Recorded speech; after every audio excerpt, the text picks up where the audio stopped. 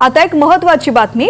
भरधाव केरोसिनचा टँकर उड्डाण पुलावरून खाली कोसळलाय। टँकरमधून सर्व्हिस रोडवरती केरोसिनची मोठ्या प्रमाणात गळती होते।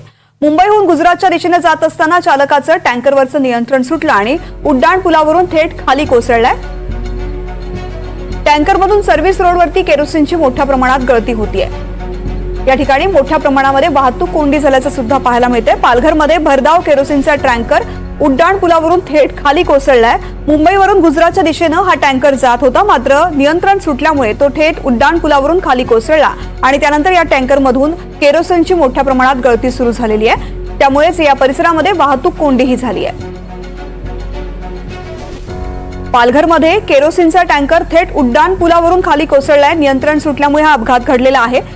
टँकर उड्डाण पुलावरून खाली कोसळल्यानंतर केरोसिनची मोठ्या प्रमाणात गळती सुद्धा सुरू झालेली आहे। माझे सहकारी मनोज सातवी या संदर्भातली माहिती देत आहेत। मनोज, नेमका अपघात कसा घडला आणि सध्या या ठिकाणी वाहतूक कोंडीवरती नियंत्रण मिळवण्यात यश आलंय का?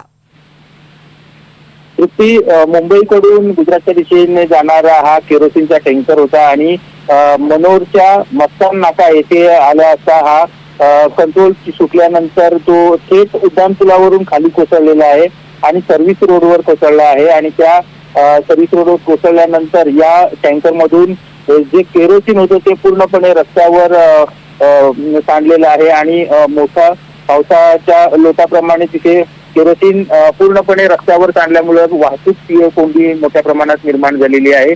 सध्या वाहतूक पोलीस आणि मनोर पोलीस ठाण्याचे पोलीस घटनास्थळी दाखल झाले आहेत आणि वाहतूक नियंत्रण करण्याचा प्रयत्न सुरू आहे। काही वेळापूर्वीच ही अपघात अर्ध्या तासापूर्वीच हा अपघात झालेला आहे आणि पोलीस। मनोज, धन्यवाद संपूर्ण सविस्तर माहितीसाठी।